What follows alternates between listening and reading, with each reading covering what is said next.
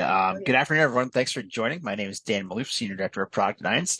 Excited to be hosting this week's tech briefing. For any new folks on the line, the purpose of these 30-minute briefings is for our rotating cast of IANS faculty members to dive into some of the relevant news in the InfoSec world of the past week or so and provide you with specific, actionable guidance to take back to your teams.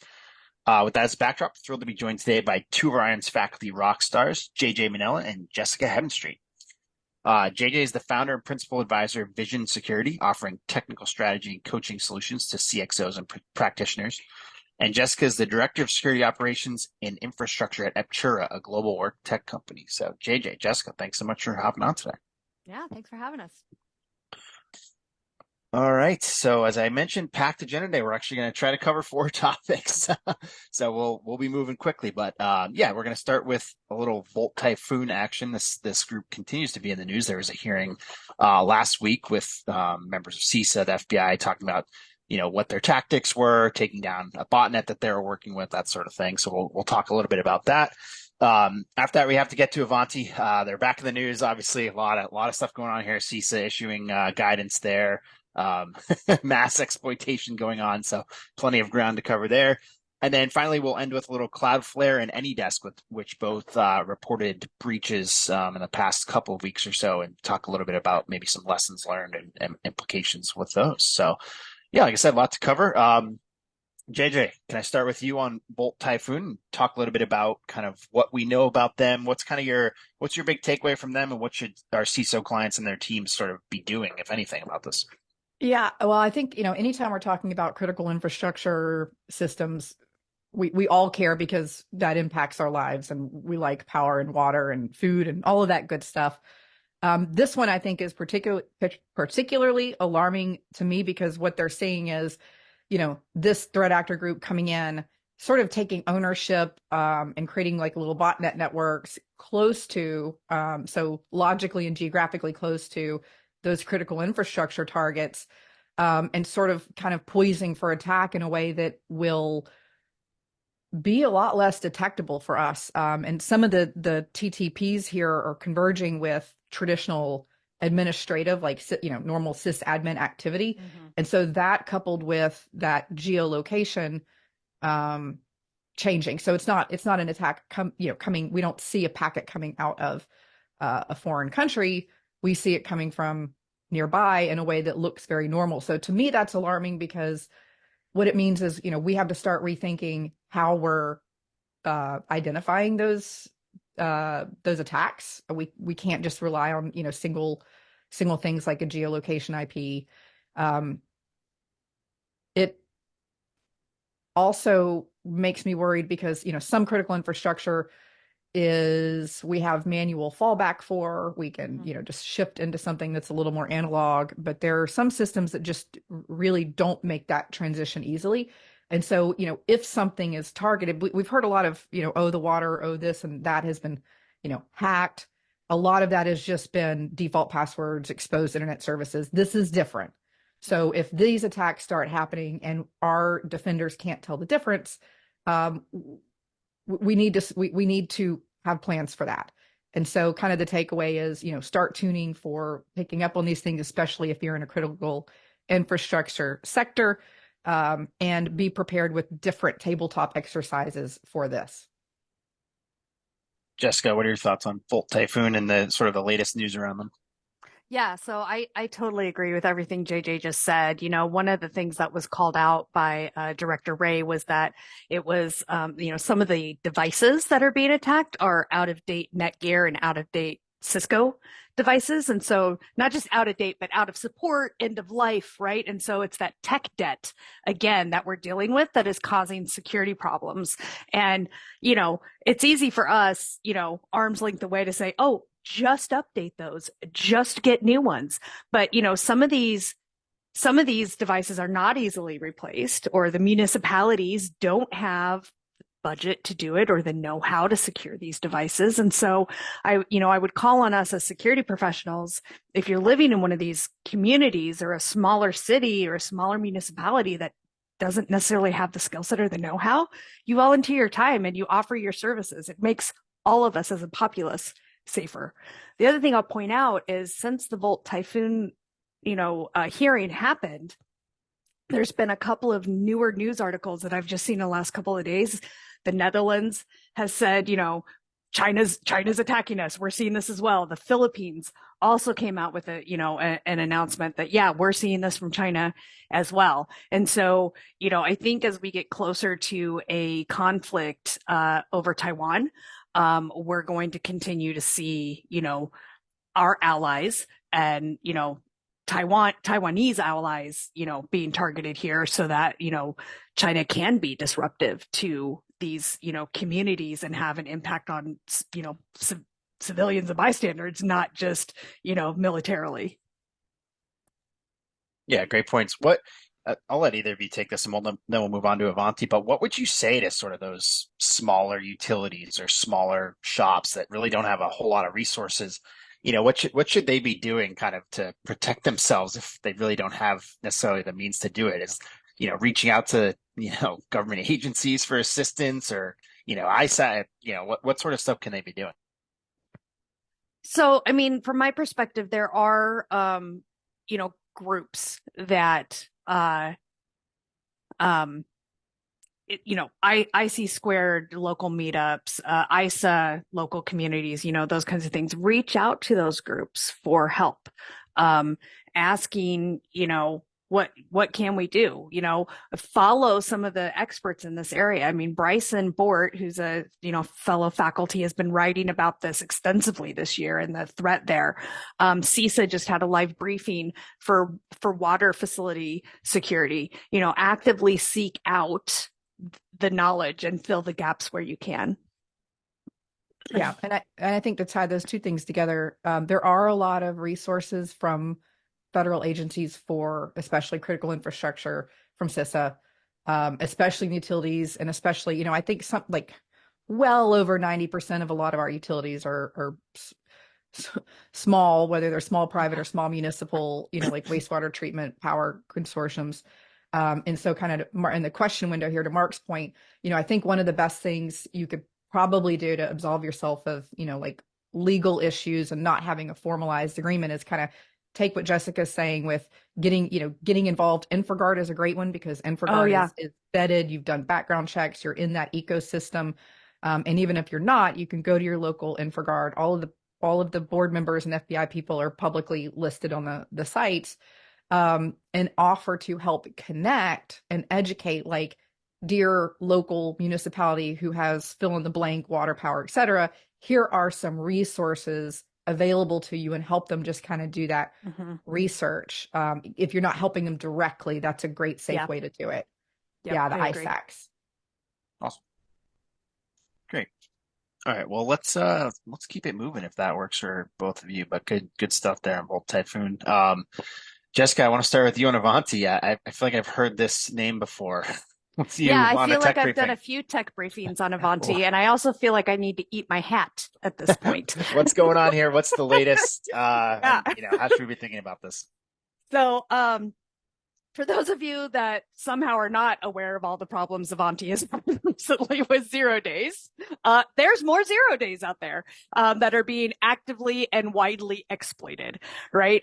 And so end of last week, I believe it was Wednesday, CISA came out and said, any government agency using two specific products, they must be taken offline no later than the end of the day Friday or midnight Friday.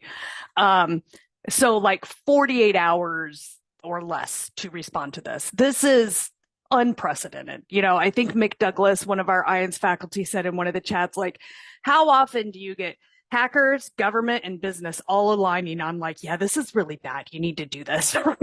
So, Ivanti, continues to be plagued with these 0 days. I read recently that while some researchers were validating and reproducing known 0 days, they found more.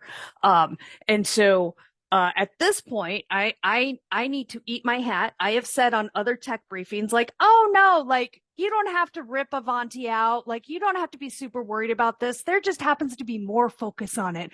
We've seen this kind of thing before. I was wrong. I admit it. Rip it out. I cannot in good faith at this point say that it is safe to continue using Ivanti with what we've seen over the past, 3 months. So, rip it out. There was an emergency directive by CISA. It has very specific steps, like rip it out, take it basically down to the metal and reinstall everything, reset passwords, revoke tokens, like very specific steps to take, and they lay it out really well. So if you have these devices and you're not sure what to do, go look at that directive, and it gives you a playbook to follow. And I highly recommend you do it. Got another good question. I don't know if either of you wants to jump in, but recommendations for organizations who have third-party companies that they occasionally connect with Ivanti. So in this case, they have the endpoint client installed on a small number of devices, but have no oversight of the third parties who are giving access to their systems via this. What are your thoughts, recommendations, advice around that? Yeah, so this sounds like, client service, customer service kind of thing. I've seen this since all of this came out. They do say that the client currently should be version 22.6 or higher. So, I'd make sure you're protecting your own endpoints from that way. And if you can have a conversation with those folks, maybe pass the information along to do what they will with it. It's definitely a risk. Yep. And I'm not an endpoint security person, servicing clients throughout the years who had their own, VPN, and we had to connect with whatever they had, unless it was something we installed for them. We've certainly installed something to use it and then uninstalled it in between engagements, use virtual machines and containers, and it's almost like a jump box internally in our organization to come into, to kind of containerize that. Yeah, Gregory, I don't have a high level of confidence, so supposedly the way that their token system works, they're saying end users aren't impacted. My concern is, they got the source code and certificates. So I personally don't have a level of comfort and trust with that. Mm-hmm. Fair. Anything else to add on Ivanti? I know we've talked about it a lot, but and as I mentioned, there will be guidance on the write-up too. That's sent out along as well. So if you missed the CISA stuff, Jessica's got a nice summary in there too. So cool. All right, let's head on to topic 3. Who wants to take the first crack at this one? Cloudflare. Report I the love breach. this one. Can I talk about it? Yeah. Jessica, you take first crack. This was, I think, a week or so ago. They came out with, they basically disclosed that a breach happened in November. Had a pretty good write-up on it, actually. Definitely worth reading their blog. But yeah, Jessica, what went on? Yeah, so the reason this one excites me so much is it is a really great example of how third-party risk impacted another company, right? So in October, Okta was breached and tokens and passwords were stolen, like basically their entire client base, right? And Cloudflare then was breached starting in November.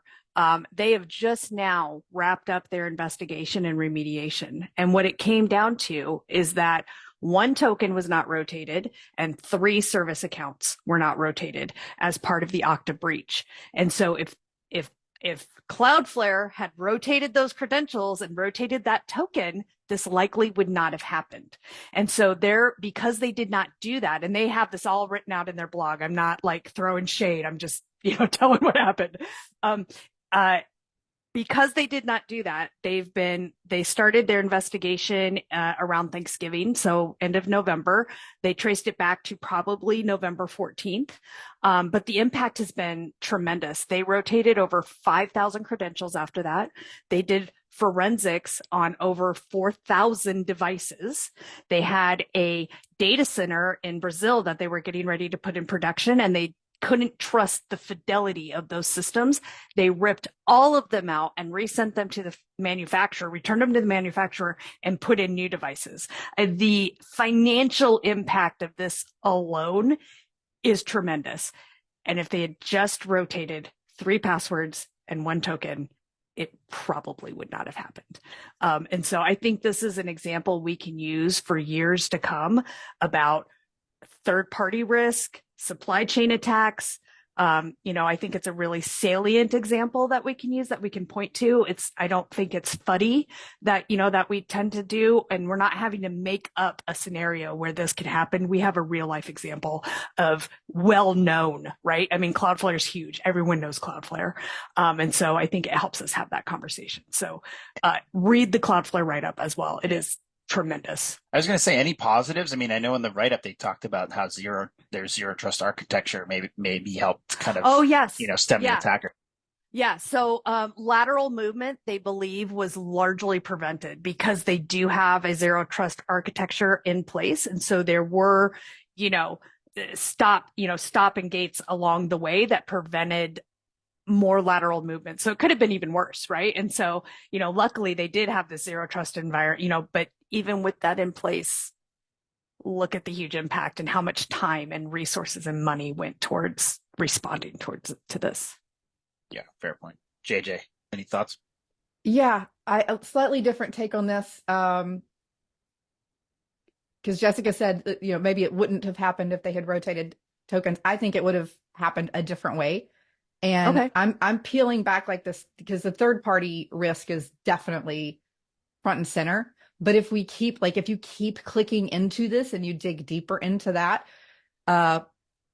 this happened with Okta because of the commingling of a personal Google account on a corporate machine. Let me read this. To breach Okta's support system, the threat actors used credentials for a support service account stolen from an employee's personal Google account after they logged into their personal Google profile while using an Okta managed laptop. How many times? How many times do we have to tell people, LastPass, a developer with keys to the kingdom from a home computer with a Plex server on it that was compromised? I'm a huge fan of BYOD. I teach how to do BYOD and even not, this isn't exactly BYOD, but it's a different permutation of that with a personally enabled corporate device.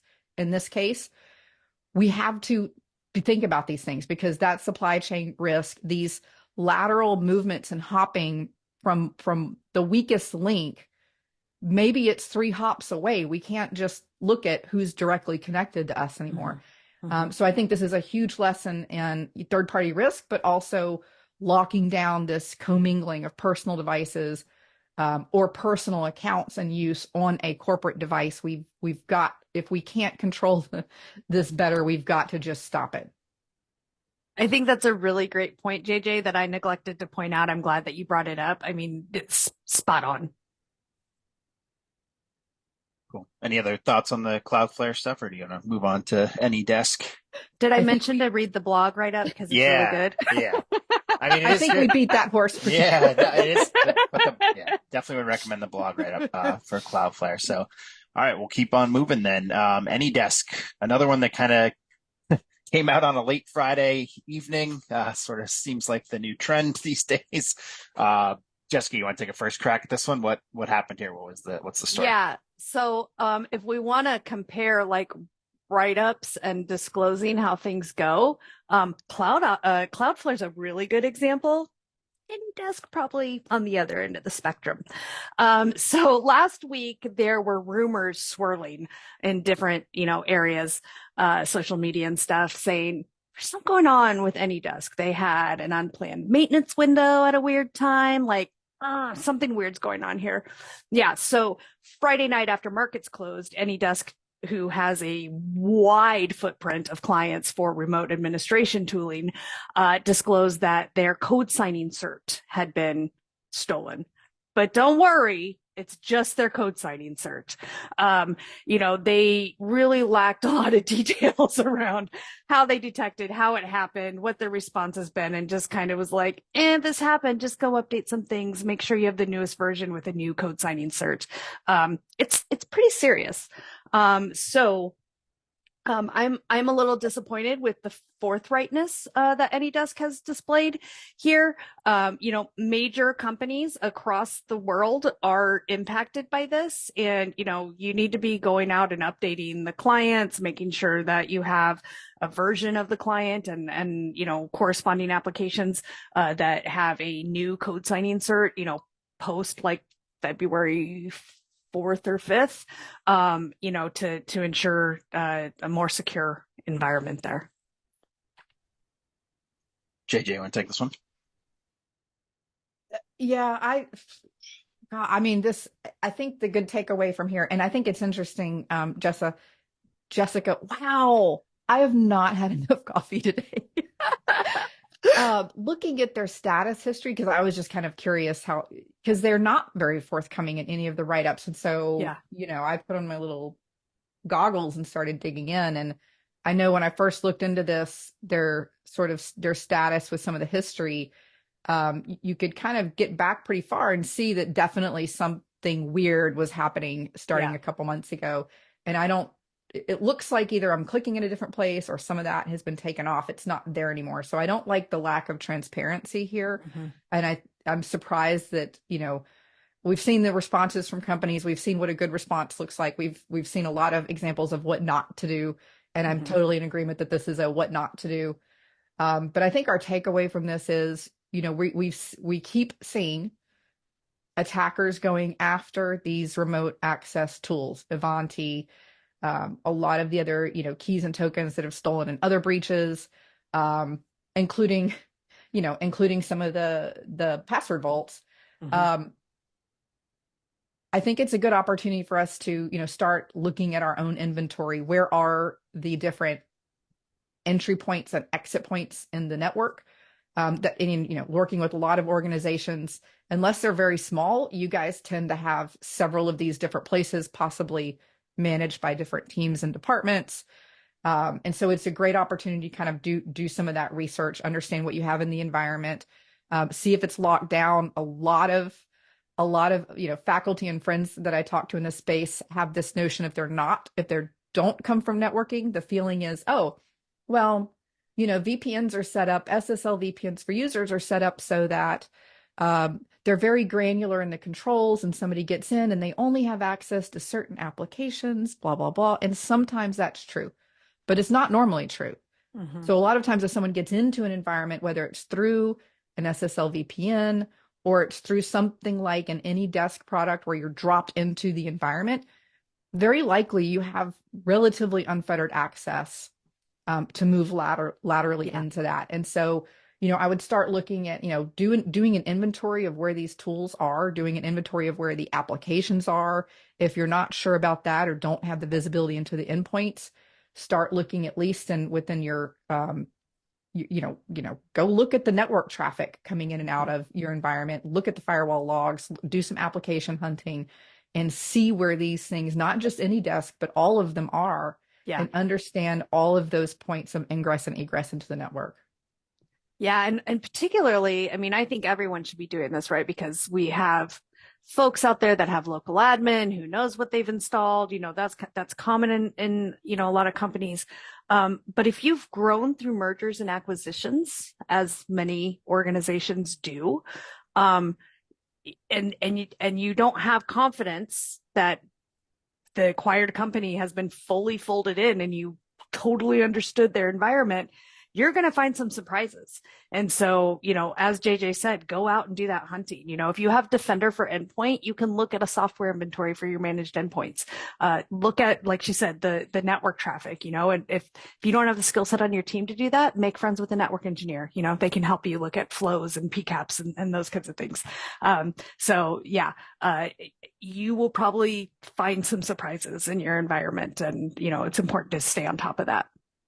Yeah. And, Daniel, my last note, I guess, with that is that, keep in mind too, some of these tools are designed for an administrative level remote access. Mm-hmm. So it's not just the same as, remote viewing in a desktop or like Zoom, desktop sharing apps. Yeah. When you get to something like an AnyDesk class of product, it is meant for remote system management, which means once somebody comes in through that, they probably have permissions that a different type of tool wouldn't give them. So it's really critical to find those. Yeah, that's such a great point. Awesome. Well, we are wrapping up on time, but I appreciate it today, Jessica, JJ, as always. Great stuff. Covered 4 topics pretty well. So that's a win. Nice job. Thanks to Awesome. everyone who attended as well. And JJ, Jessica, hopefully we can do this again soon. Yeah, sounds great. Thanks. Awesome. Take care. See ya. Bye. Everyone.